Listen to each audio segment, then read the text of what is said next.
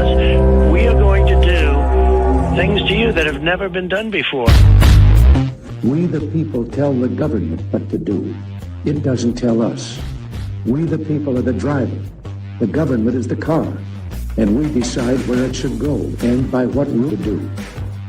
We the people are free. And I hope we have once again reminded people that man is not free unless government is limited.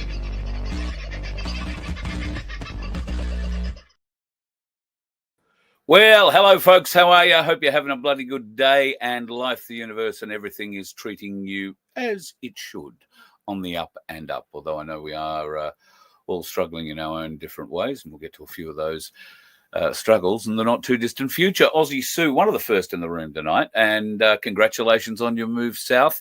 Rather neglectful of me the other night not to mention it. I do apologise. I did see your pictures, though, going across on the barge. Were you game enough to get out of the car? I guess that's the big question. I hope you've been able to unpack it, probably doing it at your own pace. I don't imagine you've got everything undone yet, but I hope that your new abode and a whole bunch of new people to meet over on the island are looking after you, Sue. So God love you. And thank you for being one of our admins and doing the work that you do. Hello, Jan.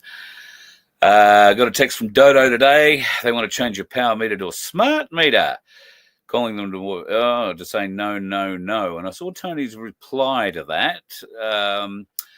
A lot of people are being sent those letters. I'm not sure in which state you are, Jan. I'm guessing probably Victoria.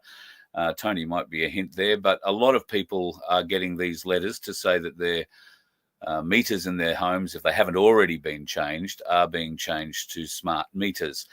And I am pretty much of the same opinion that you have, Jan. You can't opt out. Tony seems to think that there is a way. So, Tony, I'd be very keen if you could enlighten me on that one, if there is a way.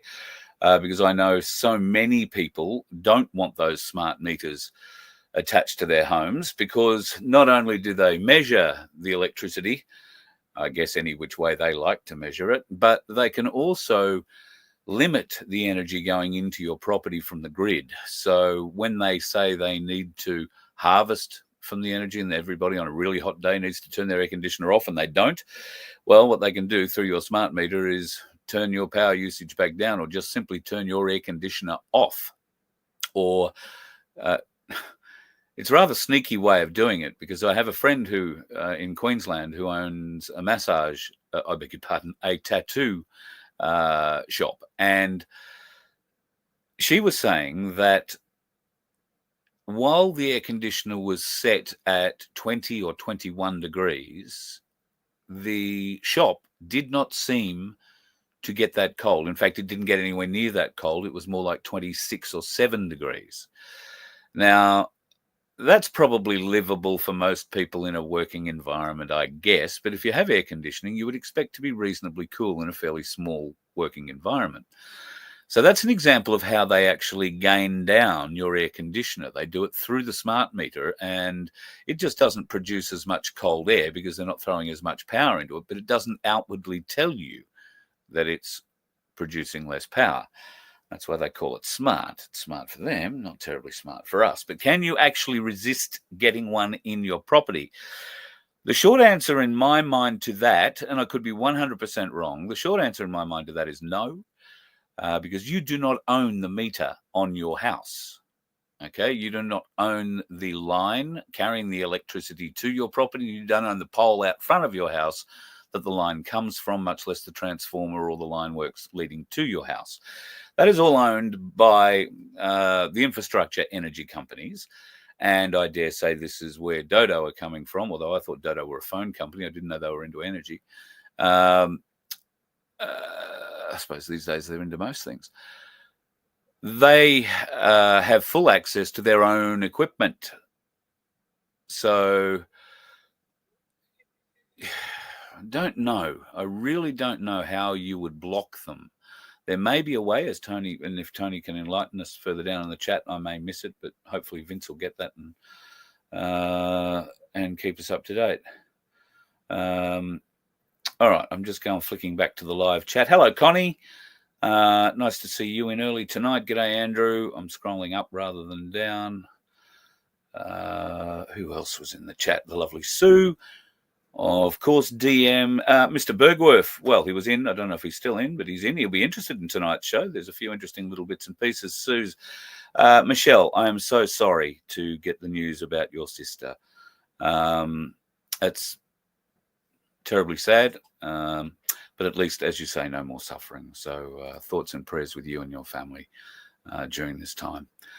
Okay, Macca, here's a bit of advice. Dodo can only come onto your property to read the meter. If you do not give them your consent, they cannot enter without a warrant. No, I'm not sure. Well, that might, once again, might be dependent on where you live, in which state.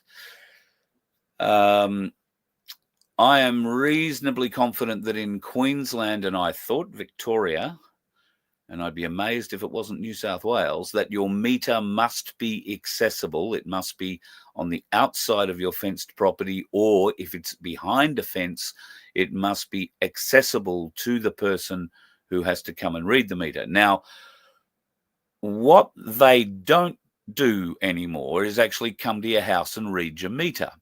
So if you happen to move, if you're renting, for instance, and you happen to move into a new house, and you're plugged in just all the same stuff you used to have in your old house, and let's say your electricity bill per quarter was, I don't know, $700. I'm just pulling figures here. So let's say it was $700. But when you get to your new property and you get your first electricity bill from them, it turns out to be $1,100. But you've only plugged in the same amount of stuff you had before. You haven't used any more electricity. But all of a sudden, it's $1,100. Why the hell is that? Well, it's not because somebody came out and read your meter. What they do is they take an average. They look back over the bills on that property for the last however long, and they make up an average, and they send it to you. Now, I only know this because I put it to the test in a house I once lived in I was getting huge electricity bills, and there was only Laura and I living in it. Literally 2 TVs and 2 computers and 1 fridge working, very few lights, and computers and TVs notwithstanding, we were both working, so it wasn't like they were on all day or all night. So never understood how I was getting these hugely exorbitant things. And I kept turning things off around the property to see if it made any difference. And it didn't. I eventually had them come out and test the meter and all sorts of things. And that's where I learned that if I put the meter behind a fence, they have every right to get to that, whichever way. You've got to give them access, whether that's through your front door or give them a gate they can get to. Now, if you put a dog in your backyard that may not like a strange person coming into the backyard, then they can actually have you for that. So that was certainly in Queensland. I don't know about other places, but my understanding is they have to be able to gain access to the meter, not that they send anybody to it to read it anymore. And the smart meter, supposedly, is going to give us all so much better, cheaper power, more accurate reading. I call bullshit, but we'll see what happens. Hello, Rach. Nice to see you in too. And Dave-O, hope you are well. The Silver Fox, the Silver Fox was off ploughing the other night, or cropping, or doing something. So I hope you're off the tractor, mate, and all things going well. You managed to get the crops in, or whatever it is you are actually doing. G'day, Chaos. What the? Gold is back above $5,200, and that sort of leads me into one of the first pictures I wanted to show tonight. Thank you so much, What the? $5,242.26 currently on the Ainsley bullion ticker. Silver has been going up and going down, going up and going down like a bride's nightie. It's been bloody weird. Back over $51 at the moment, and I saw it as low as $49 a couple of days ago. Might have been yesterday. It does look to be on the increase. I spoke with Michael Engerman from Ainsley Bullion yesterday, and I was going to try and get him on for a bit of a chat, but he's an extremely busy man, and we're aiming for a bit of a chat this Friday or possibly Saturday if we can't make it Friday day, about exactly what's going on in the market. But I commend you folks, if you want to see what's going on with gold, silver, and a number of other products, including platinum and the other precious metals. AinsleyBullion.com.au is the place to go. And if I just click on here, you can have a bit of a look at some of the new coins that have just been released. There is a 1 ounce gold bullion coin. Of course, there is the usual Ainslie minted range that they have. But these 2025 1 ounce gold coins are truly spectacular. If you're lucky enough to be able to afford one or two of them, you can see the swan one there. And I particularly love, I've got a silver lunar snake, rather a silver lunar snake, but not the gold, obviously. But you can see the range hole there, and they've got some specials on. I can't tell you, or can I? Let me just bring up an email very quickly, if I can find it. That's it right there. So yeah, those there's a 1 ounce silver coin too, the 225th anniversary of the Australian Proclamation. That's a Perth Mint coin that comes in silver and gold. And then there is the new EMU 2025 Perth Mint coin, which you can see up there on the screen as it rolls through there too. There are a couple of evenings coming up if you're interested in catching up with the guys from Ainslie, particularly if you're down in Melbourne. There is a Learn Why Gold and Silver Have Stood the Test of Time night, and how it will protect your wealth during uncertain times, why it's relevant and more relevant today than ever. That's happening on Wednesday the 14th, so I think next Wednesday, between 6 and 8 in the lobby lounge at 357 Collins Street in Melbourne.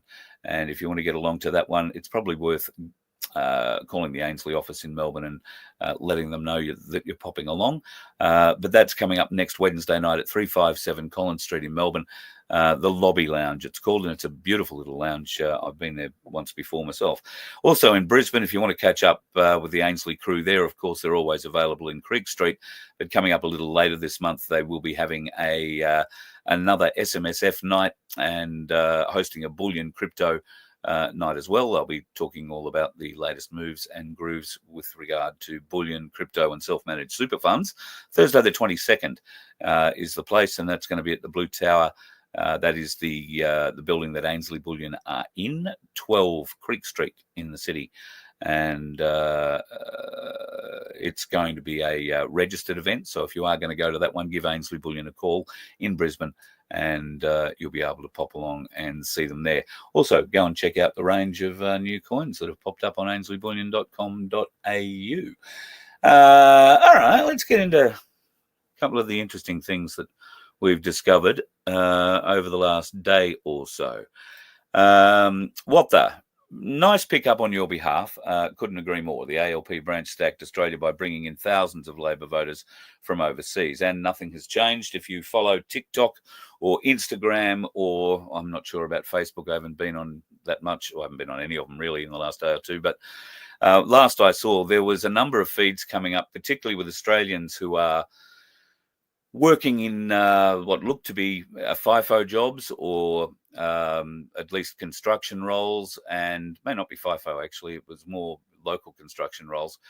And they were talking to what appeared to be some new immigrants who were rejoicing that the fact that Albo got back in, and was terribly excited about it. And of course, they thanked him very much for allowing him, brother, sister, mother, auntie, uncle, the whole family, the next door neighbours and everybody else to come through the gate as well. A lot of Indian people in that regard. And I'm only saying that because while I was reading that article, an interesting ad came up. And this is it. Become a police officer. Take our eligibility test to find out if you are ready to join.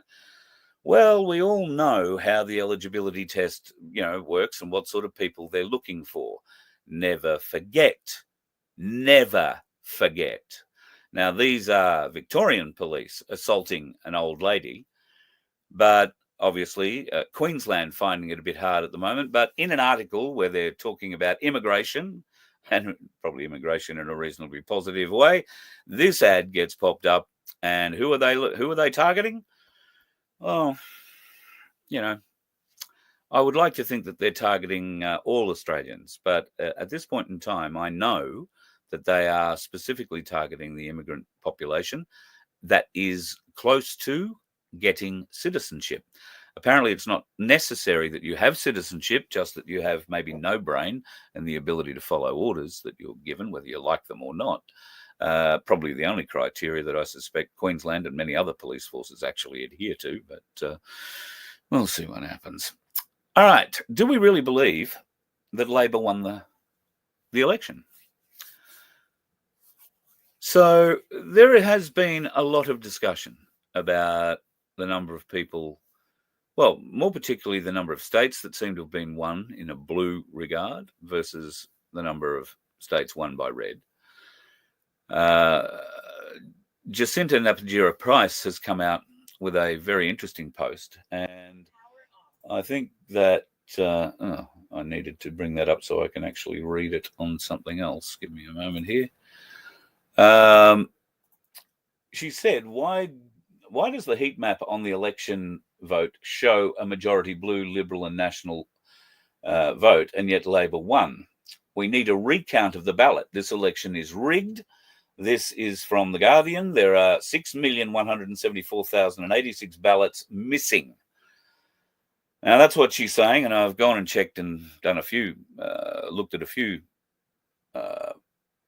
different sites, but there really is only one site that is worth looking at. And I will bring that up for you right now. That's this one.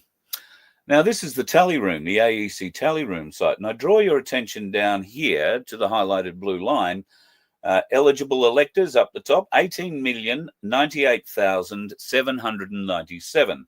The current count, which seems to be going up every hour or so by a couple of 100,000, the current voter turnout is 11,527,870, which represents a 63.69% voter turnout, which at this point is down nearly 27% from last time.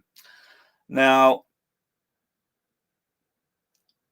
that turnout number is changing. Probably change while we're looking at it. Now, obviously, postal voting and absentee voting continues. I don't understand why this voting process takes so long, and yet the lower house, we seem to be able to get elbow sleazy elected inside 2 hours of counting. In fact, I'm not completely sure because I didn't pay any attention to any telecast, but the first I was aware that they were declaring him winner was about 9:30 Saturday night. But I'm led to believe that they started declaring him at about 8:30 Saturday night. So the polls had been closed 2.5 hours and only half an hour in Western Australia. And yet we've been able to materialise with a Labor win. So we look at this and we see an awful lot of blue. An awful lot of blue. But what do we do with the blue? Well, when you look at it, a lot of Western Australia doesn't have too many voters living in it. A lot of Western Australia. And so those not too many voters obviously added up to not enough. The Northern Territory obviously went the other way. They voted Labor. I don't know whether to be surprised, shocked or amazed about that. If I was living there, I probably would be, but I don't know what the alternative was up there because, well, the orange bit in the middle there, that looks like Katter territory to me. And then the far north tip of Queensland appears to be Labor, which, once again, really across that whole top area there's not a vast number of voters.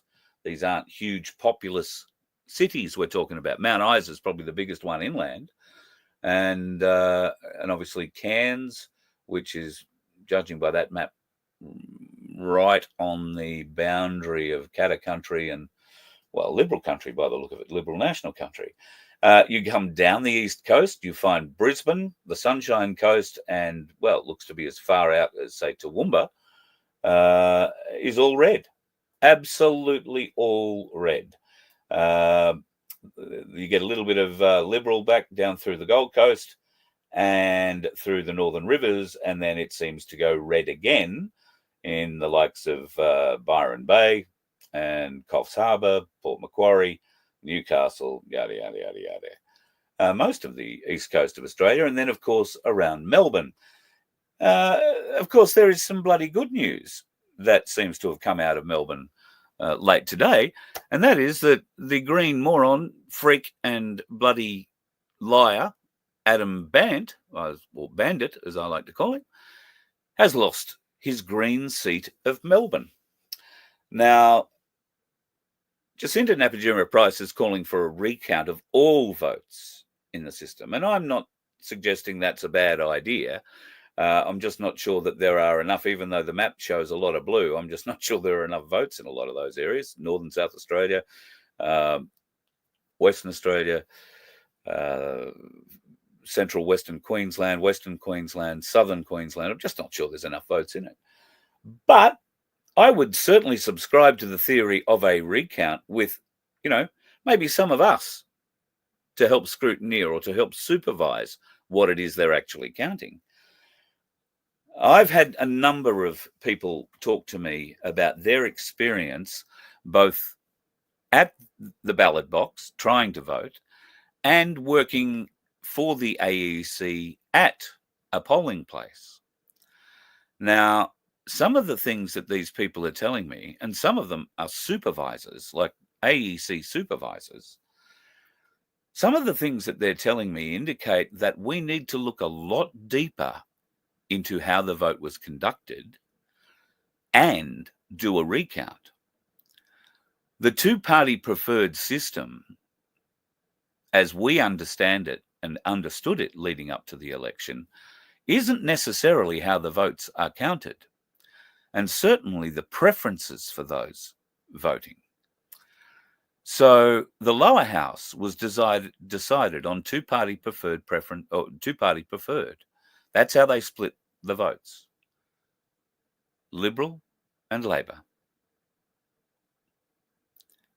Did they go to preferences? I ask you this, if they did, how did they manage to count handwritten paper votes?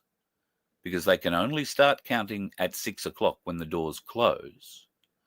And then there's a little bit of rigmarole, a little bit of messing around while the last things are sorted out and they set up to do the count. Everybody finds their position and then it begins. So let's say, I'll be generous and say the count starts at 6:15 rather than 6 o'clock. How is it that they're able to count with any guarantee of certainty of the result all of those hand-numbered votes from every polling booth in Australia? Bear in mind, there are a lot of little ones out in the middle of nowhere, but there are a lot of very big ones in the city areas. How do they get to call the election 2.5 hours, 2.25 hours? Well, let's be friendly and say it was 3 hours when I first saw it, after the poll closes.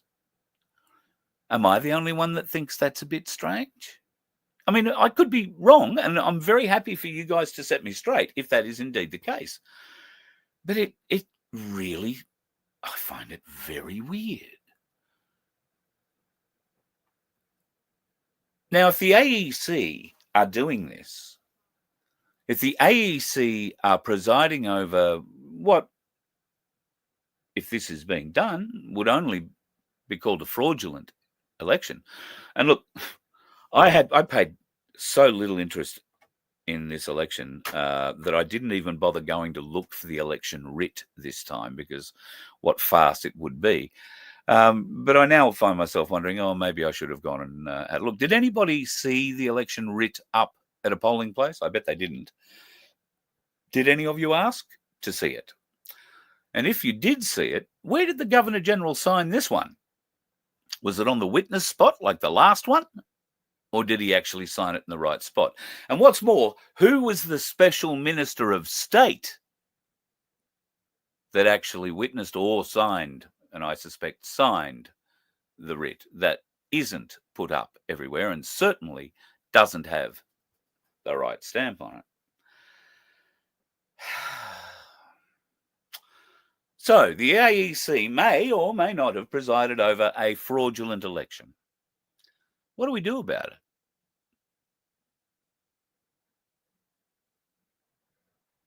Who do we talk to? Who do we report that to? The federal police? Well, I have reason to believe, and some recent experience with police in Queensland, and found some of them to be real human beings, really nice people, very interested, very caring, and mildly awake. With potential to grow, I should say. I don't know about the federal police. I've never had much to do with them, although Paul Offey has had a great deal to do with them and needs our support to go and deal with them again. Back in that court, we're still trying to raise enough money to get him a solicitor. We need a barrister to come and help him rather urgently. So if you know one that can help us, we are in desperate need. The only way we can do that is with funding. And you can go to freedomtruck.com.au from memory and help out there if you can. I must get them on for another chat very soon. But back to the AEC. Who do we talk to? I mean, we could...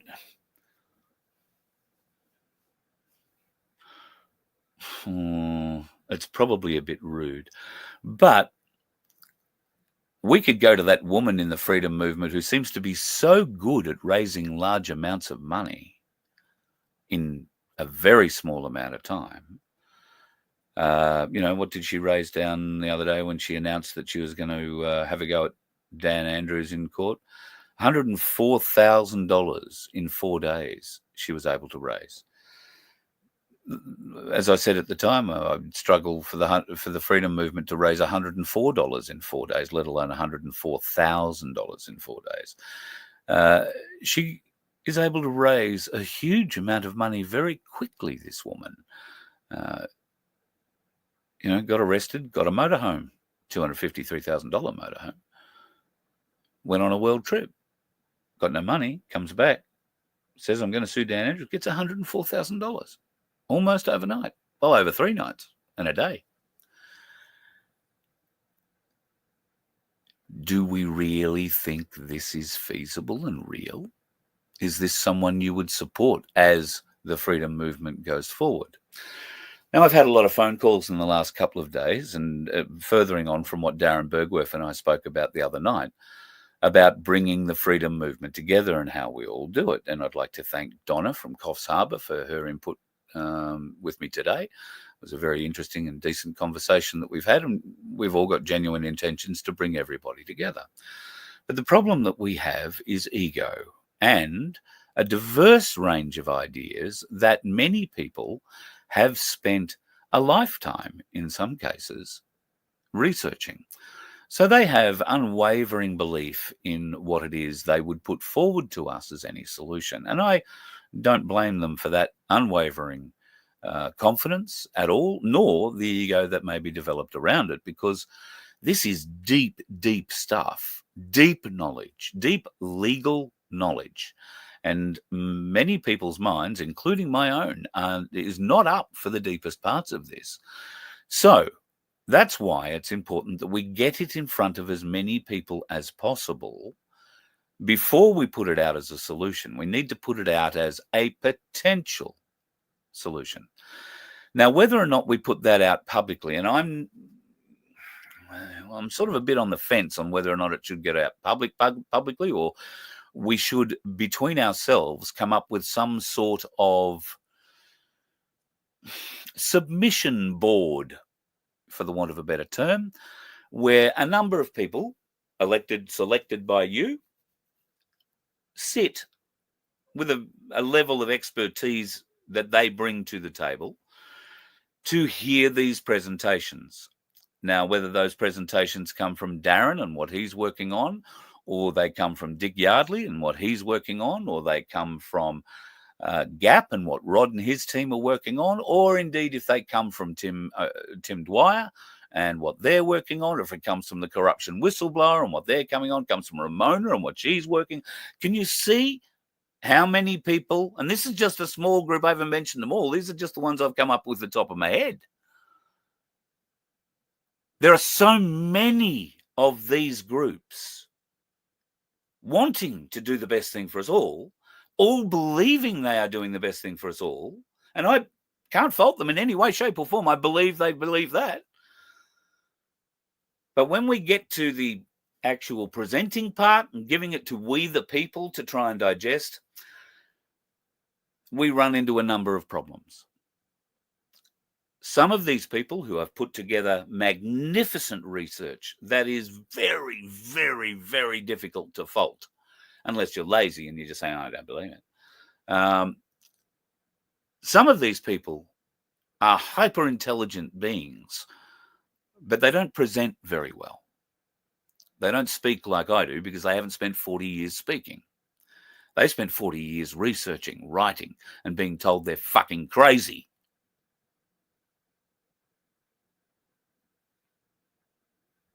They have a right to the confidence of their own research. We, the people, have a right to look at it, view it, pick it apart on an intellectual level, because that is the level it will be brought to us. All right? Where we have to find an accommodation is how to bring these myriad solutions to somewhere where we can all talk about it. When I say all, we can all talk about it, we're those who are bringing all of these different ways together. I've said it before, I'll say it again. I believe all of these groups have a number of parts of the jigsaw, and a number of them put together in the right places. A number of them are creating the same jigsaw, but we are missing certain pieces. Everyone is missing certain pieces. Now, Dick Yardley might have a piece that Tim Dwyer doesn't have. Ramona might have a piece that nobody else has. There are so many different pieces. How do we get everybody with that sort of knowledge into one place and not have an ego explosion when it happens? Because if we are going to have some sort of a submission group that analyzes this, they are going to come back, and by design, that group will come back with questions, because we need a group like that to ask whether they be what some people might be assumed to be stupid questions, or they ask very, very detailed, highly intellectual ones. These questions have to be asked and answered. And if they can't be answered, then that's not a bad thing. And that is certainly not going to be a slight against anybody's research or anybody's effort that they've put in over the years. What it does is show us one point where we need to start looking closer. And if we have that in a dozen or half a dozen or 25 or 50 different submissions, and we find those little missing points in each one, then with God's grace and blessing, we might find all the pieces to the puzzle, and together on a much larger table, together, put them all together. I probably could have phrased that better, but you get the idea. I'd love to know your thoughts on that, but I dropped the mouse. So hang on a minute, I've got to find the mouse. Right, I found the mouse. I really would like to know your thoughts on that, because the other part that we need to be aware of in all of this is that the people that our intellectuals, our researchers, these people who've dedicated their lives to constitutional law and finding the truth out between the red and the green book,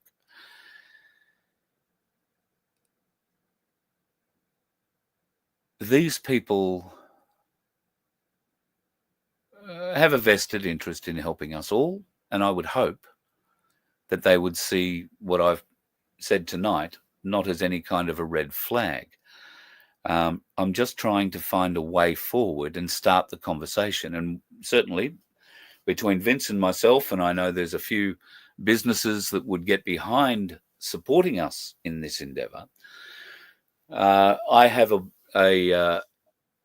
a way we can do this. I have a venue, but we're going to have to get some funding for it. And we can do it privately. And I think initially that is a good idea. I think submissions could be filmed and aired later, but I think this should all be done privately, initially. Maybe at the end of every day, we have an update of what was discussed and what the plan is for the next day. I don't suspect that this kind of an event could be held in anything less than a week. It's not going to be held over a weekend. It is going to require a convention-style approach where the parties will get to present. Those who they present to will obviously have to digest what has been presented and then have an opportunity to ask questions of those who presented it.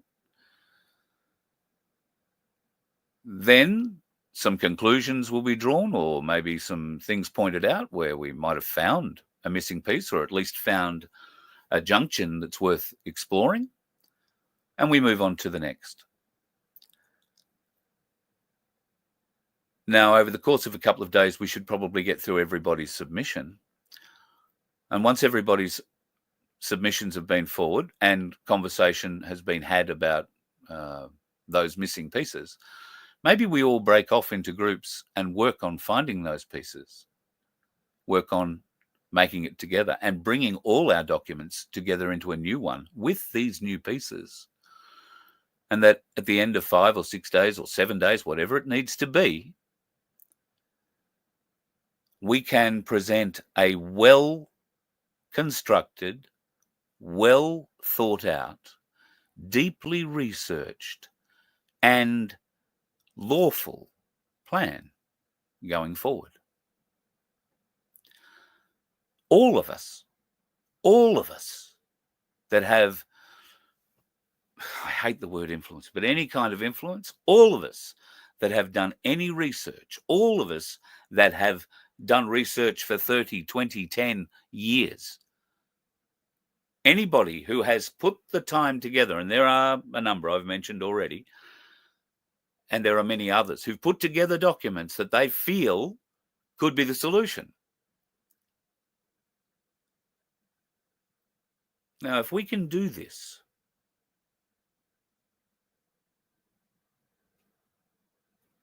we have a united plan going forward, something we can all talk about. We can, if it's important to those who construct it, take some ownership of.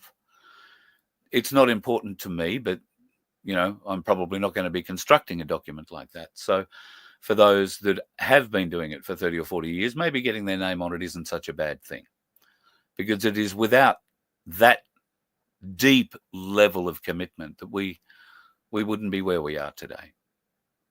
From the many different people that I've bumped into, run into, heard from, heard read, listened to over the last 4 to 5 years. We've all got good stuff to say. There's always good research. But as we've found, there is always division. There is always ego. And until that can be looked past, can be moved beyond, then I've failed to see how any of us are going to make any difference anywhere, anytime during our lifetime. And that is deeply, deeply going to affect our children and our grandchildren and our great-grandchildren, should they be lucky enough ever to be born, given the deep level of criminality that's taken place over the last few years. And one of the known things, I don't know if I can mention it yet on YouTube, so, but it's now clearly, and it has been discussed now in the US Senate, pardon me, on a number of times, but it's clear, 100% unequivocally true, that USAID funded the spicy cough research in that Chinese lab. and it was obfuscated by, I think I get banned for saying his name these days, but that fellow that starts with F, it was obfuscated by him and buried in the figures in other areas. So it became essentially a black project, which means that the US public funded the spicy cough pandemic and then funded Big Pharma in fixing it. But in the fix, as we all know, there's so many fixes in the fix, and there are escalated, well, don't forget, they're serious, but put aside for one moment the escalating level of death and take a deep, hard research look at the level of infertility in people aged 18 to 30.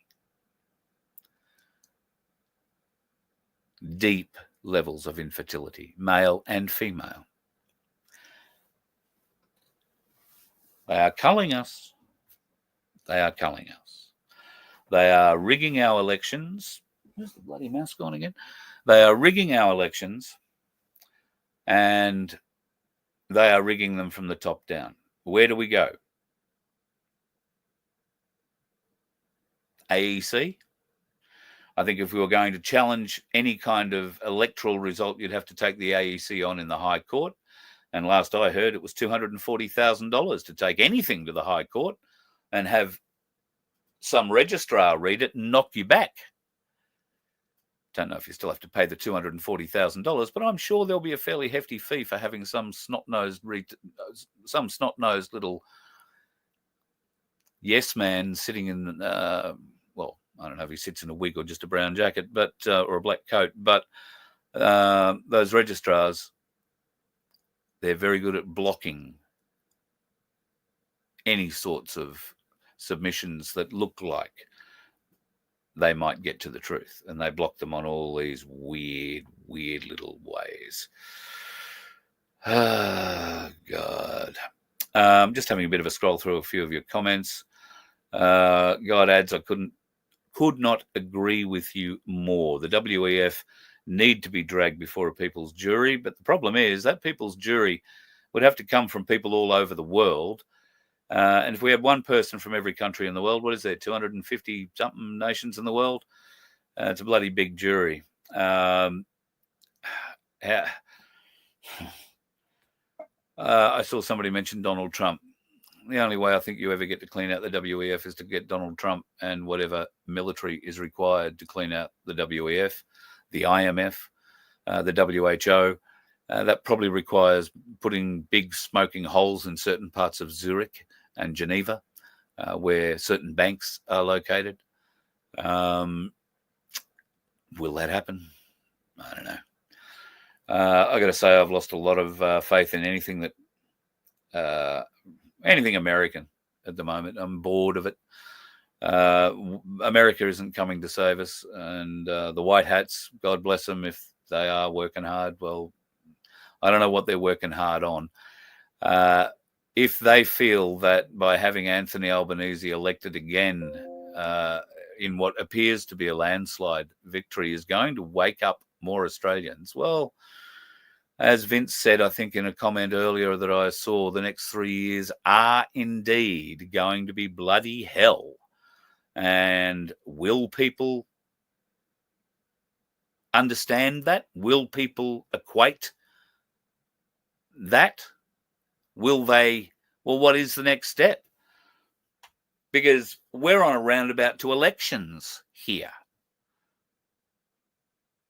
We need to have something different. And while we may get a little bit more popular support with a few more people waking up, we are still going to run into that singular question that we come back to every time. Oh, what can we do about it? Well, it's only me. What can I do? Well, judging by the tally room, it looks like there's 7.5 million Australians who either didn't bother turning up, and that's likely to change a little bit. Let me just refresh it and see whether or not that has... change. No. So there's still about 7.5 million Australians who whose vote hasn't been counted yet. I will be very interested to see exactly how many Australians wound up voting. And wouldn't it be great if we could actually find out what the AEC does with all of these votes and go and get them independently verified? Shouldn't we, the people, have a way of doing that? Because we do not trust what the AEC have done. And God knows the AEC have admitted mistakes. They did so in Melbourne, in the seat of Melbourne, where they were preferencing, in their two-party preferred tally room voting, they were preferencing Liberal and Greens, not Labor and Greens. And it turns out that Labor are the ones who've won the seat. Bandt was saying for days, oh, no, I'm in with a chance. It's very tight. And then they swapped all that around and, nope, gone. So Albo, 37% of the primary and won 88 seats. That is what they say, 37% of the primary. Well, that's hardly a mandate to do anything. And as I showed you at the top of the show, no, that's the wrong one. I'll show you this one. This is what they plan on bringing us, the Voice Treaty. They're going to, because they're going to call it a different name. And you heard Albanese say last week and the week leading up, the former government walked away from that. Well, yeah, it was the former government because they were in limp mode. But now the new government, what are they going to do? Well, you can guarantee they're going to legislate this shit to us. The mis and disinformation bill, well, we already know how that's gone and it's only going to get tougher. Central bank digital currency, bet your ass. Online digital IDs for social media, woohoo. It's all coming, kids. Tax on unrealised gains. Oh, where should you be putting your money if they're going to get tax on unrealised gains? You know where I'd be putting it, don't you? AinsleyBullion.com.au. Don't forget to mention my name in the notes. You'll get a little discount. Destruction of the energy grid. Well, they seem to be doing that quite well. And, of course, putting us into a debt spiral that will keep us as slaves for as long as they need. John Adams, another gold guy, had a pretty good thought.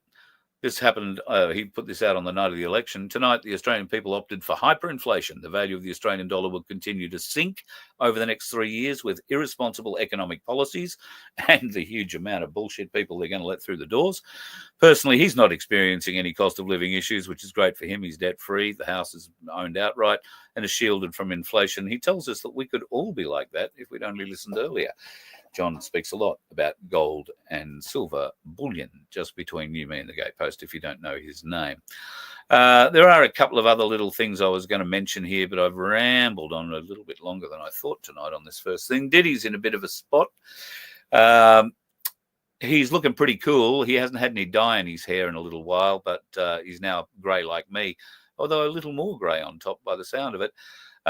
They are picking jurors at the moment. They have a jury pool or a jurist pool of 250 plus people. And they are slowly but surely working their way through to find 12 who will sit in judgment, his peers, who will sit in judgment in the trial. Now, they're aiming to get all of that jury selection done this week, and questions will start next week. Of course, we're already aware of some of the names that are coming out and may be used in the trial. Why do we know them? Well, because the trial judge used them when he was asking questions of prospective jurors. What do you know about Mike Myers? What do you know about Michael B. Jordan? And a couple of others that they've brought up and used. Now, apparently, there is quite an extensive list, and the judge is just randomly picking names from it with various jurors. So I haven't seen any reporting today. I've been out. We did 26 ton of mulch today. Anybody interested in mulch? Send me an email, carl@vofhq.com. Bring your trailer. We got a lot of mulch. Yes, anyway, Diddy's trial looks like it's going to be getting underway next week. And some more rather interesting names will be popping up in the not too distant future, I am sure. I don't know how they're going to, well, I do know how they're going to select the jury. They're just going to keep going until they got enough people who don't really know who he is and clearly don't mind. I think his defense is that he is a swinger and that he's done nothing more than what swingers normally do. I think we will find out through the course of the case that he has done decidedly a large amount more than what swingers do. And in fact, swingers organisations around the world, I've seen a couple of stories have come out and basically lambasted him for using them as an excuse, or using the swinging lifestyle as an excuse. The swinging lifestyle is nothing like what Diddy portrays. The swinging lifestyle apparently is all about permission and acceptance and relationships and all that sort of stuff, whereas Diddy's stuff seemed to be more, it is alleged, about drugging you and raping you. And that's a pretty significant difference between swinging and swingers clubs and anything Diddy was doing inside his clubs, I suspect. Speaking of clubs, there's a little club that comes together every so often. A whole bunch of weird men get together in their strange little robes, and they sit in a deep, dark room that doesn't have anybody else watching apart from their little slaves who pamper them day in and day out in various different ways. And those blokes sit around and discuss the merits of who should be the next man capable of wearing a hat 3 foot tall and carrying a staff with a crook on the end of it, and supposedly being the leader of the billions of Catholics all over the world. Of course, I'm talking about Conclave, and they're electing a new pope. I could give a shit. However, I thought I'd just bring up, back in 1985, the Vatican released a coin. It's rather interesting to note that on that coin, for whatever reason, they decided to put an aeroplane leaving a chemtrail. And I'm going to call it a chemtrail, because why the bloody hell would the Vatican put a contrail there? Give me a good reason. No problem. Oh, we needed to fill up that bit of the coin? No, maybe I'm not a coin designer. But I do find it all a little bit weird. Speaking of a little bit weird, finally tonight, nothing could be truer. Julian Assange, and if you do still have access to the WikiLeaks files, I urge you to start doing and learn what a keyword search is, and start thinking of some keywords and type them into those files. You are going to find some very interesting information out. And I have a feeling we are about to learn a lot more from Julian Assange in the next 6 to 8 weeks than maybe any of us ever dreamed possible. So on that note, I might love you and leave you tonight. I'll have a little bit of a look through a couple of your things. Yeah. Thanks, Denise. You thought that was a Trump plane. No, not quite. No, that's a Vatican coin from 1985. Yeah, look, J1, I am so with you on the executive orders. I've been on the executive orders since 2017. And to be honest, I cling to those executive orders because they have never been rescinded. Now, if you understand executive orders, if you understand military law, and I've got to say, a lot of people now have sworn off Derek Johnson. I never got to speak to Derek for a variety of reasons. And I'll be honest, I haven't watched anything of his in quite a while either. But when he was talking about military law, the law of and the law of war manual, he is 100% on the money. Those executive orders that Trump put into operation in 2017, particularly where the military get to take control if there is any, slightest thought that there was some international government trying to fiddle the election results. And that was clear that that was happening. The military took over at that point. Now, Trump won in 2016. instigated those military orders, went to 2020, lost the election. The story has been that the White Hats now have been using that time. Trump has been president in exile. Biden has been president in name only. And, did you hear they're renaming the San Andreas Fault? They're renaming it Biden's Fault. I thought that was funny. So there is a great deal of change in the background that has, I think, by design been forgotten. Things like those executive orders that come out of October 2017 and September 2017. They have not been rescinded. I have to believe that the military are in control, because I haven't seen anything that convinces me otherwise, and I have seen so much that convinces me it's true. Now, whether or not you're seeing that same stuff as me, or you have that same level of belief as me, I don't know.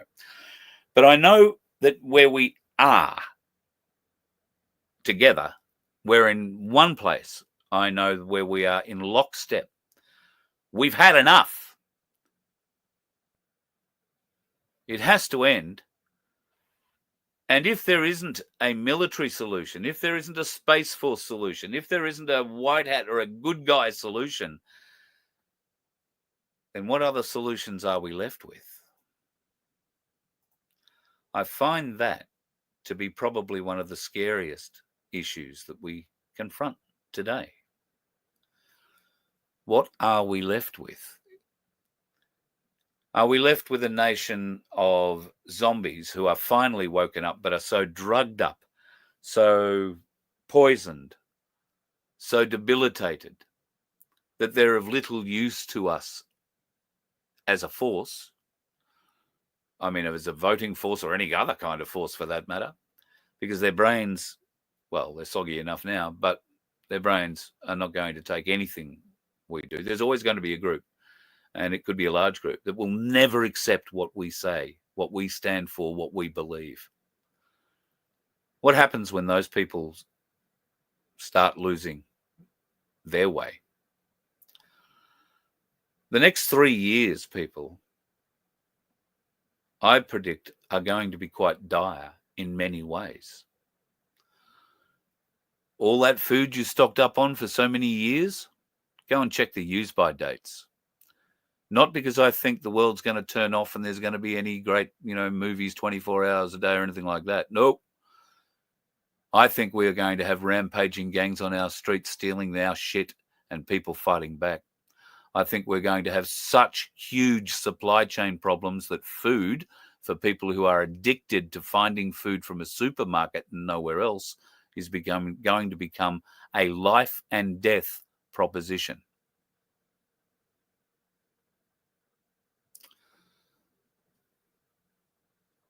Why do I think that? The Trump tariffs have a great deal to do with it. Those tariffs now have been flagged only, for a few weeks, but there has been ongoing trade battles with China in particular in the US over the last few months. What this does is meant that the supply chain, the factories in China, are not able to produce because they're not getting any orders. So those big factories are starting to lay people off, starting to close down. The stuff that is being made relatively slowly and is then being shipped as best it can to various destinations around the world. I'm not completely sure yet that any ships from China traversing to the US are actually allowed into port. So therefore, any of those products that are due in America aren't going to be hitting those ports anytime soon unless the tariffs involved are paid.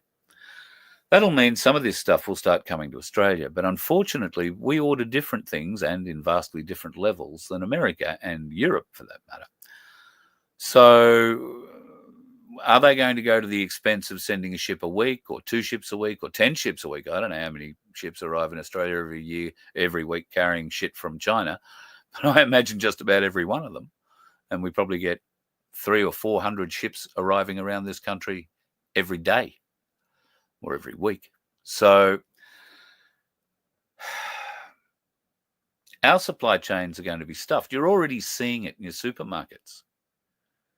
I walked into our local supermarket here has God's all trouble filling its shelves. It's an IGA. It's only a little IGA, I'll admit. There probably are better stocked ones closer to the coast. However, the last time I walked into any supermarket of any reasonable size, there were huge holes on their shelves. And toilet paper seemed to be in abundance for a change. So I would be preparing, folks. Prepare. Who cares if in 3 years' time you've got 10 or 15 or 20 plastic container loads full of freeze-dried food? Who cares? Go for a weekend party. Call it a, survival party for the weekend. Go for a month. But where are you going to be if you don't have it? Where are you going to be if the zombies come calling? And where are you going to be if the people come calling? I can tell you where I won't be. I will not be on the road with the dickheads. Have a good night, folks. You let one ant stand up to us, then they all might stand up. Those puny little ants outnumber us 100 to 1. And if they ever figure that out, there goes our way of life. It's not about food. It's about keeping those ants in line. That's why we're going back. Does anybody else want to stay? Let's rock!